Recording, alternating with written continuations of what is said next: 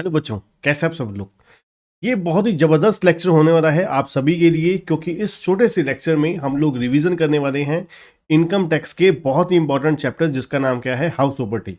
House property हमारा जो second head है, उसमें बहुत ही ज़बरदस्त तरीके से चार्ट के थ्रू, कलरफुल चार्ट के थ्रू हम लोग इस वीडियो में, छोटे से लेक्चर में हम लोग रिवीजन करने वाले हैं पूरा का पूरा चैप्टर विद कलरफुल चार्ट। ठीक है बच्चों, तो मेरा नाम है सी ए संदीप अरोड़ा, और आज हम करने जा रहे हैं रिवीजन लेक्चर किस चीज़ का, हाउस प्रॉपर्टी का। और जो बच्चे हमारे चैनल पर नए हैं, चैनल को सब्सक्राइब करना और बेल आइकन दबाना मत भूलिएगा।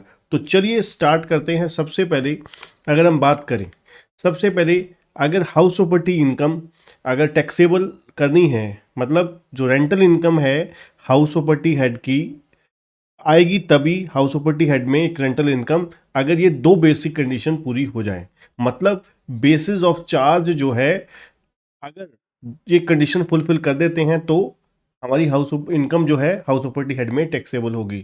पहला नंबर एक, असेसी जो है वो क्या होना चाहिए, ऑनर या डीम्ड ऑनर। ऑनर क्या होता है, असेसी ऑनर होना चाहिए कहते हैं। ऑनर का मतलब क्या होता है, ऑनर का मतलब होता है जिसके नाम पे रजिस्ट्री है, कागज है ना, जिसके पास मालिकाना हक है ना, कागजों में जिसका नाम बोलता है, that is called owner of the property. पहले नंबर पे असेसी क्या होना चाहिए, ऑनर, या फिर वो क्या होना चाहिए, डीम्ड ऑनर। अब डीम्ड ऑनर का मतलब क्या होता है वो इसके बाद हम लोग समझते हैं। और दूसरा क्या है, प्रॉपर्टी जो है वो क्या होनी चाहिए, बिल्डिंग या लैंड अपार्टमेंट। बिल्डिंग का मतलब क्या होता है, जो घर रहने वाला है ना, घर, बिल्डिंग कोई भी हो सकती है, खाली रहने वाला नहीं, फैक्ट्री हो सकती है कोई भी, है ना, कोई भी अपना प्लेस हो सकता है, ऑफिस हो सकता है, कोई भी बिल्डिंग, मतलब जहाँ पर काम, फैक्ट्री हो सकती है, ऑफिस हो सकता है, कोई भी जगह है ना जहाँ पर चार दीवारी वगैरह पूरा सारा कुछ, अपना पानी की फैसिलिटी या फिर कोई इंडस्ट्री को रेंट पे दी गई है। ठीक है। और दूसरा लैंड अपार्टमेंट। लैंड अपार्टमेंट का मतलब जो बिल्डिंग के साथ कनेक्टेड एरिया होता है ना, जैसे कि पार्किंग का हो गया, ठीक है, और जो साथ में गार्डन वगैरह लगते हैं, वो सारे कुछ लैंड अपार्टमेंट हो जाते हैं। ठीक है। तो अब हम बात करते हैं किस चीज़ की, सेकंड जो मेन सबसे इंपॉर्टेंट पॉइंट जो हम बात कर रहे थे, डीम्ड ऑनर की। डीम्ड ऑनर का मतलब क्या होता है कि एक्चुअली में कागजों में इस बंदे का नाम तो बोलता नहीं, बट इसको क्या माना जाएगा, ऑनर माना जाएगा। नंबर एक, प्रॉपर्टी अगर इंडिविजुअल ने ट्रांसफर करी है अपनी स्पाउस को या माइनर चाइल्ड को। इंडिविजुअल ने प्रॉपर्टी ट्रांसफर कर दी है अपनी स्पाउस को, मान लीजिए इंडिविजुअल मैं हूँ और मैंने अपनी वाइफ को ट्रांसफर करी है या माइनर चाइल्ड को ट्रांसफर करी है, तो कहने को तो कागजों में तो ऑनर वो है, मेरी वाइफ या फिर मेरी डॉटर। ठीक है, माइनर चाइल्ड, चाइल्ड कुछ भी हो सकती है ना, डॉटर भी हो सकती है, सन भी हो सकता है। तो उस केस में जो डीम्ड ऑनर होगा वो मैं होऊंगा, मतलब इंडिविजुअल होगा, ट्रांसफर जो है वो डीम्ड ऑनर होगा। नंबर दो, अगर इंडिविजुअल ट्रांसफर करता है कैश, किसको, स्पाउस को, ठीक है, और स्पाउस उस कैश से क्या करती है, प्रॉपर्टी बाय कर लेती है। स्पाउस उस कैश से प्रॉपर्टी बाय कर लेती है। अब ऑनर तो वही है, ठीक है, बट इनकम टैक्स पर्पस के लिए जो डीम्ड ऑनर है वो कौन माना जाएगा, इंडिविजुअल, मतलब ट्रांसफर। टैक्सेबिलिटी मतलब राइज होगी in the hands of transferor. ठीक है जी। नंबर तीन, होल्डर ऑफ इम्पार्टिबल स्टेट। नंबर चार होता है, अगर एक कंपनी ने, एक कोऑपरेटिव सोसाइटी ने, एक एसोसिएशन ऑफ पर्सन ने अपने मेंबर को प्रॉपर्टी ट्रांसफर करी है, तो वो मेंबर क्या हो जाएगा, डीम्ड ऑनर हो जाएगा। नंबर पाँच, अगर एक पर्सन ने एक्वायर करी है property under the power of attorney, मतलब उस प्रॉपर्टी, पावर ऑफ अटॉर्नी जो क्या है, किसी इंडिविजुअल को दे दी गई है। ठीक है। अब वो ऑनर तो कागजों में कुछ और, कोई और है, पर जिसको पावर, जिसके नाम पे पावर ऑफ अटॉर्नी ट्रांसफर की गई है, वो बंदा क्या हो जाएगा, वो हो जाएगा डीम्ड ऑनर। और नंबर 6 पे हो जाएगा, a person who acquire a right in building, मतलब लीज पे अगर प्रॉपर्टी दिया और वो लीज कम से कम 12 साल की होनी चाहिए। तो ये कुल मिला के 6 केसेस हैं जिनमें डीम्ड ऑनर माना जाता है। उसके बाद अगर हम बात करें कौन कौन से केसेस में house property income fully exempt होगी, ठीक है, और जैसे क्या है, नंबर एक, इनकम फ्रॉम फार्म हाउस है, उसके बाद आपका एक्सू वन प्लेस ऑफ एक्सूलर है, लोकल अथॉरिटी को प्रॉपर्टी इनकम आई है, अप्रूव्ड साइंटिफिक रिसर्च एसोसिएशन को प्रॉपर्टी इनकम आई है, एजुकेशनल इंस्टीट्यूशन को या हॉस्पिटल वगैरह को रेंटल इनकम आई है, उसके बाद क्या है, ट्रेड यूनियन को कोई प्रॉपर्टी इनकम आई है, या फिर पॉलिटिकल पार्टी ने इनकम अर्न करी है रेंटल, और लास्ट चैरिटेबल प्रॉपर्टी जो क्या है, एक चैरिटेबल इंस्टीट्यूशन ने चैरिटेबल पर्पस के लिए प्रॉपर्टी हेल्ड की गई थी और रेंट पे किसी को दी है, उससे रेंट रिसीव हुआ है, तो वो रेंटल इनकम एग्जम्प्ट हो जाएगी। ठीक है जी, इन 8 कैटेगरी में house property income fully exempt हो जाएगी। ठीक है जी, चलिए अब हम बात करते हैं अनरिलाइज रेंट की। अब आपको पता है अनरिलाइज रेंट क्या होता है। अनरिलाइज रेंट कि देखिए ये चैप्टर हम लोग इस पॉइंट ऑफ व्यू तो कर नहीं रहे कि भाई बच्चे को कंप्लीट हमें समझ आ जाएगा, है ना, क्योंकि ये चैप्टर स्पेशली उन बच्चों के लिए है जिन बच्चों ने ऑलरेडी कर रखा है और चाहते हैं कि क्विकेस्ट वे में, फास्टेस्ट वे में किस तरीके से रिवाइज किया जा सके 15 से 20 मिनट में। तो उसके उन बच्चों के लिए मैं एक बहुत ही ज़बरदस्त तरीका अपना रहा हूँ। ठीक है जी, जो क्या है एक्चुअली में बच्चों को बहुत ही हेल्प करेगा।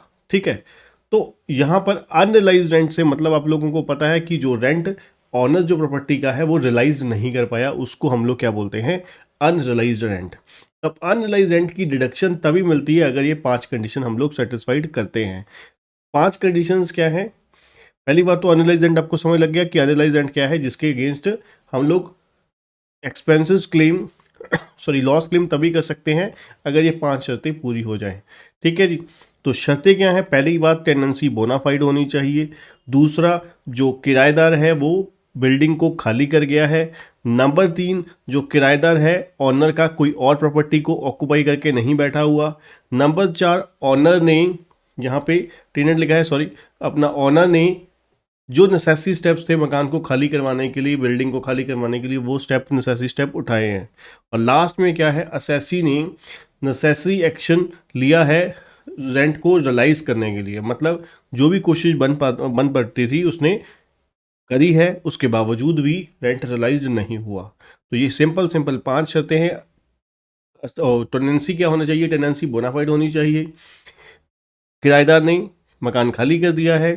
नंबर 3, जो किराएदार है कोई और प्रॉपर्टी ऑक्यूपाई करके नहीं बैठा हुआ मकान मालिक की, असेसी की मतलब।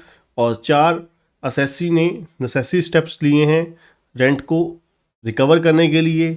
नंबर 5, असेसी ने नेसेसरी एक्शन ले लिए हैं मकान को खाली करवाने के लिए। ठीक है जी, तो इन 5 कंडीशन पूरी होने पर क्या होगा, अनरियलाइज रेंट की डिडक्शन क्लेम हो जाएगी। ठीक, तो अगर अब अनरियलाइज रेंट की रेलिवेंसी कहाँ पर होती है? सबसे पहले अगर हम बात करें income from house property calculate करने के लिए हमारे पास फॉर्मेट क्या होता है। सबसे पहले हम लोग क्या करते हैं, परफॉर्मा क्या होता है, ग्रॉस एनुअल वैल्यू GAV, उसमें से माइनस करते हैं municipal taxes. Municipal taxes less करके जो वैल्यू आती है वो होती है, उसे बोलते हैं net annual value. Net annual value में से हम लोग लेस करते हैं deduction under section 24। Deduction under section 24 में पहली डिडक्शन होती है standard deduction at the rate of 30% of NAV, मतलब जो NAV आई है उसका 30% स्टैंडर्ड डिडक्शन होगी। ठीक, number 2, interest on borrowed capital, मतलब section 24 clause B, interest on borrowed capital minus होने के बाद जो वैल्यू आएगी उसे हम बोलेंगे taxable income from house property. ठीक है जी, अब 1 बाय 1 स्टेप करेंगे। सबसे पहले GAV, ग्रॉस एनुअल वैल्यू निकालने के लिए हमें 3 स्टेप से गुजरना पड़ेगा। ठीक है जी, तो ये स्टेप्स कौन कौन से हैं हमारे पास? हमारे पास पहला स्टेप है म्युनिसिपल रेंटल वैल्यू और fair rental value whichever is higher, मतलब म्युनिसिपल कॉर्पोरेशन ने जो वैल्यू तय की है और जो फेयर रेंटल वैल्यू मतलब मार्केट में जो किराया है इस बिल्डिंग का, उन दोनों का विच एवर हायर फिगर उठाएंगे और जो स्टेप 1 का आंसर आएगा उसको कंपेयर करेंगे स्टैंडर्ड रेंटल वैल्यू के साथ। स्टैंडर्ड ऑफ प्रॉपर्टी एक्ट के अकॉर्डिंग रेंट तय किया जाता है कि इतना रेंट हो सकता है इस प्रॉपर्टी का। तो फिर सेकंड केस में हम विच एवर इज लेस लेंगे, स्टेप 1 का जो आंसर आया और standard rental value whichever is less, जो आंसर आया उसे बोलेंगे हम ERV, expected rental value. Expected rental value को कंपेयर करेंगे किसके साथ? एक्चुअल रेंट के साथ। तो उस केस में विच एवर इज क्या लेंगे, विच एवर इज क्या लेंगे, हायर लेंगे। तो विच एवर इज हायर करने के बाद जो वैल्यू आएगी उसे हम बोलेंगे GAV, ग्रॉस एनुअल वैल्यू। ठीक है जी, ग्रॉस एनुअल वैल्यू। अब देखिए एक चीज़ ध्यान से सुनिएगा, GAV निकालते वक्त हम लोग एक चीज़ ध्यान रखेंगे, एक हमारा आ गया ERV, एक्सपेक्टेड रेंटल वैल्यू, अब इसमें इसको हम कंपेयर क्या कर रहे हैं, एक्चुअल रेंट। अब हम एक्चुअल रेंट निकालने से पहले हम क्या करेंगे, लिखेंगे पहले एनुअल रेंट। ये मैं आपको सिंपल तरीका बताता हूँ। एनुअल रेंट जो भी मंथली किराए के हिसाब से 12 महीने का किराया लिया हमने, माइनस सबसे पहले हम लोग करेंगे unrealised rent. Unrealised rent less करने के बाद जो फिगर आई, जो वैल्यू आई, मान लीजिए वो ईआरवी से जा रहा है, फिर तो बिल्कुल बात ही सिंपल है, फिर whichever is higher simply ले लेंगे। अगर अनरियलाइज रेंट करने से के बाद हमारी जो वैल्यू है वो किससे कम है, ईआरवी से कम है, तो इसका मतलब है जो ये जो लॉस है आया है, किस वजह से आया है, अदर फैक्टर की। यहां पर बोलते हैं loss due to other factor, कि आपके मकान की जो एरिया है वो सही नहीं है, या कुछ भी रीज़न हो सकता है, आपकी अपना गुडविल नहीं है मार्केट में, नेगेटिव गुडविल है, ठीक है, तो जिसकी वजह से किराया आपको कम आया है, कुछ भी रीज़न है, तो इसको बोलते हैं loss due to other factor. जब loss due to other factor है तो उस केस में विच एवर इज हायर लेते हैं, ठीक है। और अगर मान लीजिए ये लेस करने के बाद, ठीक है, यहाँ पर आपको सिंपली इसके बाद विच एवर इज हायर लिया, मान लीजिए ईआरवी आ गया। अब इसके बाद मान लीजिए वैकेंसी भी है, तो माइनस आप बाद में कर दोगे vacancy, that's it, simplest way यही है, माइनस कर दोगे वैकेंसी, तो वो आ जाएगा जीएवी। अब जीएवी में से हम लोग क्या लेस करेंगे, म्युनिसिपल टैक्सेस। अब म्युनिसिपल टैक्सेस की चलिए देखते हैं क्या प्रोविज़न है। म्युनिसिपल टैक्सेस जो है हमेशा याद रखिए पेड बेसिस पर अलाउड होते हैं। म्युनिसिपल टैक्सेस जो हैं वो पेड बेसिस पर अलाउड होते हैं, नंबर एक पेड बेसिस पर। नंबर दो, दूसरी कंडीशन क्या है जो म्युनिसिपल टैक्सेस हैं ऑनर द्वारा पे होने चाहिए। म्युनिसिपल टैक्सेस अगर ऑनर पे करेगा तो अलाउड होंगे, अगर किराएदार पे करेगा तो नहीं अलाउड होंगे, ठीक है जी। अब म्युनिसिपल टैक्सेस पेड बेसिस में भी लॉजिक है, कुछ पॉइंट्स हैं आपको याद रखने हैं। म्युनिसिपल टैक्सेस पास्ट ईयर के, प्रीवियस ईयर के अलाउड है, मतलब जितने मर्जी प्रीवियस ईयर के पे करो, ठीक है, पर एडवांस नहीं होने चाहिए, एडवांस अलाउड नहीं होगा। बाकी पेड बेसिस पर जितने भी पे करोगे, बाकी प्रीवियस ईयर के और करंट ईयर के सभी, previous means previous relevant previous year से पास्ट जो ईयर है, ठीक है, जितने मर्जी साल के पे करो अलाउड हो जाएंगे, सारे अलाउड हो जाएंगे, ठीक है, बट एडवांस में अलाउड नहीं होंगे, ठीक है जी। चलिए अब आगे चलते हैं, interest on borrowed capital. Interest on borrowed capital, अब सबसे इंपॉर्टेंट पॉइंट यहां पर है interest on borrowed capital. Interest on borrowed capital में दो चीजें हैं, हमने लोन लिया है, उसके ऊपर लोन किस लिए लिया है, हाउस प्रॉपर्टी के लिए, हाउस प्रॉपर्टी के लिए लोन लिया है। अब प्रॉपर्टी हो सकता है लेट आउट, हो सकता है सेल्फ ऑक्यूपाई। अगर हमने ये जो लोन लिया है वो लेट आउट प्रॉपर्टी के लिए लिया है, तो हमने जितना भी इंटरेस्ट पे किया है वो सारा का सारा अलाउड हो जाएगा विदाउट एनी लिमिट। अगर हमने इंटरेस्ट ऑन बोरोड कैपिटल पे किया है किसके लिए, लेट आउट प्रॉपर्टी के लिए, तो उसके इसमें लिमिट कोई भी नहीं है, मतलब जितना भी पे करोगे वो अलाउेबल एज डिडक्शन हो जाएगा, ठीक है जी। उसके बाद आते हैं सेल्फ ऑक्यूपाइड प्रॉपर्टी। अगर सेल्फ ऑक्यूपाइड प्रॉपर्टी है तो उस केस में आपको मैक्सिमम डिडक्शन जो है इंटरेस्ट ऑन बोरोड कैपिटल की वो 2 लाख होगी या 30,000 होगी। अब इससे पहले एक चीज और, सेल्फ ऑक्यूपाइड प्रॉपर्टी की केस में याद रखिएगा हम सीधा ही एनएवी लेते हैं, नेट एनुअल वैल्यू लेते हैं। अब मान लीजिए मैं एक प्रॉपर्टी में सेल्फ ऑक्यूपाइड हूँ, ठीक है, और मैंने उसके अगेंस्ट लोन ले रखा है, तो उस केस में एनएवी आ गई 0 और इंटरेस्ट ऑन बोरोड कैपिटल जो होगा वो माइनस आएगा, सीधा ही आ जाएगा लॉस फ्रॉम हाउस प्रॉपर्टी, ठीक है जी, लॉस फ्रॉम हाउस प्रॉपर्टी आ जाएगा। अब अगर मैं बात आगे करूं, इसके बाद क्या होगा, इसके बाद हम देखेंगे 2 लाख रुपए की डिडक्शन कब होगी, अगर कुछ कंडीशंस हैं, वो कंडीशन अगर हमने सेटिस्फाइड कर दी। सिंपली नंबर एक, पहली कंडीशन क्या है, प्रॉपर्टी जो है वो सेल्फ ऑक्यूपाइड है। नंबर दो, जो लोन लिया है वो एक्विजिशन या कंस्ट्रक्शन ऑफ प्रॉपर्टी के लिए लिया है। नंबर तीन, लोन लिया है ऑन और आफ्टर 1499, ठीक है, ऑन और आफ्टर 1499। और नंबर चार, चौथी और लास्ट कंडीशन क्या है, कंस्ट्रक्शन जो है वो कंप्लीट हो गई है with in a period of 5 year.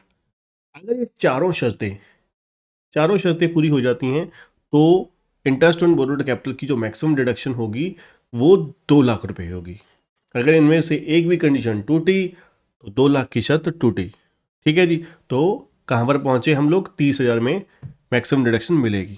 ठीक, अब ये जो इंटरेस्ट ऑन बोरोड कैपिटल है ये 2 तरीके का होता है। ये हो गया 2 लाख या 30,000 कब होगा, या अनलिमिटेड कब होगा। अब ये जो 2 लाख या 30,000 की लिमिट है इसमें 2 तरीके के इंटरेस्ट होते हैं, या फिर आप लेट आउट के केस में भी मान लीजिए, लेट आउट या सेल्फ ऑक्यूपाई कोई भी केस मान लीजिए, उसमें 2 तरीके के इंटरेस्ट होते हैं। एक होता है प्री कंस्ट्रक्शन इंटरेस्ट, एक होता है पोस्ट कंस्ट्रक्शन इंटरेस्ट। मतलब कंस्ट्रक्शन कंप्लीट होने से पहले का इंटरेस्ट, कंस्ट्रक्शन कंप्लीट होने के बाद का इंटरेस्ट। कंस्ट्रक्शन कंप्लीट होने से पहले का इंटरेस्ट कितना होगा, क्या होगा। अब देखिए बड़ी सिंपल सी बात है, प्री कंस्ट्रक्शन इंटरेस्ट जो है जितना भी होगा, जितना भी अभी हम कैलकुलेट करने का प्रोसेस देखेंगे, वो 5 इक्वल एनुअल इंस्टॉलमेंट में अलाउड हो जाएगा, 5 इक्वल एनुअल इंस्टॉलमेंट में अलाउड हो जाएगा। ठीक है, जिस साल भी अलाउ एलिजिबिलिटी बनती है वो टोटल 5 इक्वल इंस्टॉलमेंट में अलाउड हो जाएगा।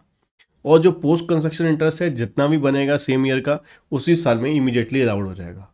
अब प्री कंस्ट्रक्शन इंटरेस्ट कैलकुलेट कैसे करना है।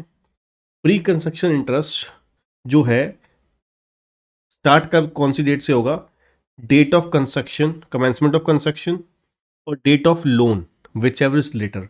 अब मान लीजिए हमने कंस्ट्रक्शन पहले शुरू कर दी, लोन बाद में लिया। जब लोन ही बाद में लिया है तो इंटरेस्ट भी तो बाद में पे करेंगे, है ना।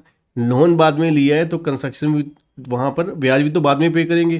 तो कौन सी डेट से शुरू हो जाएगा, डेट ऑफ लोन से। और अगर कंस्ट्रक्शन बाद में शुरू करी है, लोन पहले ले लिया है, तो आप कंस्ट्रक्शन इंटरेस्ट एलिजिबल, इंटरेस्ट किसके लिए मांग रहे हो, कंस्ट्रक्शन के लिए। कंस्ट्रक्शन तो आपने बाद में शुरू करी है, तो इसलिए विच एवर लेटर होता है। तो डेट ऑफ कंस्ट्रक्शन और date of taken of loan whichever later, यहाँ से कमेंस हो जाएगा पीरियड। और एंड कब होगा, जब कंस्ट्रक्शन कंप्लीट हुई उससे जस्ट पिछला 31 मार्च। ठीक है जी, अब मान लीजिए 31 दिसंबर 22 को कंस्ट्रक्शन कंप्लीट हुई, 31 दिसंबर 22 को कंस्ट्रक्शन कंप्लीट हो गई। ठीक है, तो हम क्या डेट लेंगे, 31 मार्च 2022। ठीक है जी, और मान लीजिए कंस्ट्रक्शन शुरू हुई है या लोन लिया है, सेम डेट को मान लेते हैं। ये आप मान लीजिए 1 जून 2018। ठीक है, तो यहाँ से लेकर यहाँ तक का जो पीरियड होगा वो प्री कंस्ट्रक्शन इंटरेस्ट होगा। और पोस्ट कंस्ट्रक्शन इंटरेस्ट क्या होगा, 1 अप्रैल 2022 से पोस्ट कंस्ट्रक्शन इंटरेस्ट अलाउ हो जाएगा। अब कौन सी डेट तक, अब मान लीजिए लोन चल ही रहा है, अभी नहीं हमने रीपे किया, तो 31 मार्च 2023 तक जितना भी हमने पे किया interest, that is post construction interest. ठीक है जी, तो ये कंप्लीट फंडा pre construction post construction interest का है।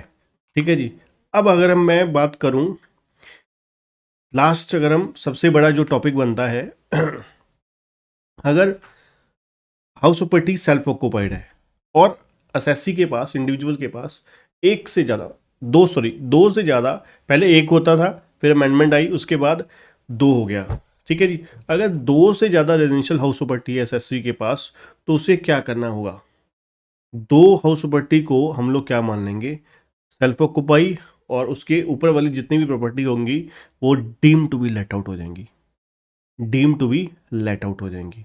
अब मान लीजिए एक इंडिविजुअल के 3 केसेस हैं, तो सॉरी अपना 3 प्रॉपर्टी है। ठीक है जी, तो अब हम क्या करेंगे, 3 केसेस बनाएंगे। पहले केस में मान लीजिए हाउस 1 सेल्फ ऑक्यूपाइड है, हाउस 1 लेट आउट है, दूसरा और तीसरा क्या है, सेल्फ ऑक्यूपाइड। अब फिर दूसरा केस बनाएंगे, उसमें मानेंगे हाउस 2 लेट आउट है, हाउस 2 लेट आउट है, हाउस 1 और 3 सेल्फ ऑक्यूपाइड है। फिर तीसरे में ले लेंगे हाउस 3 लेट आउट, फिर पहला और दूसरा सेल्फ ऑक्यूपाइड। ठीक है, तो इनमें से इन 3 केसेस में से जिसकी भी लीस्ट टैक्सेबल इनकम आएगी वो क्या हो जाएगा, केस हम लोग अज्यूम कर लेंगे कि एप्लीकेबल हो रहा है। ठीक है जी, तो ये कंप्लीट बच्चों हमारी प्रोविजन थी। इसके अलावा एक छोटा सा arrear of rent and recovery of analyse rent का टॉपिक होता है।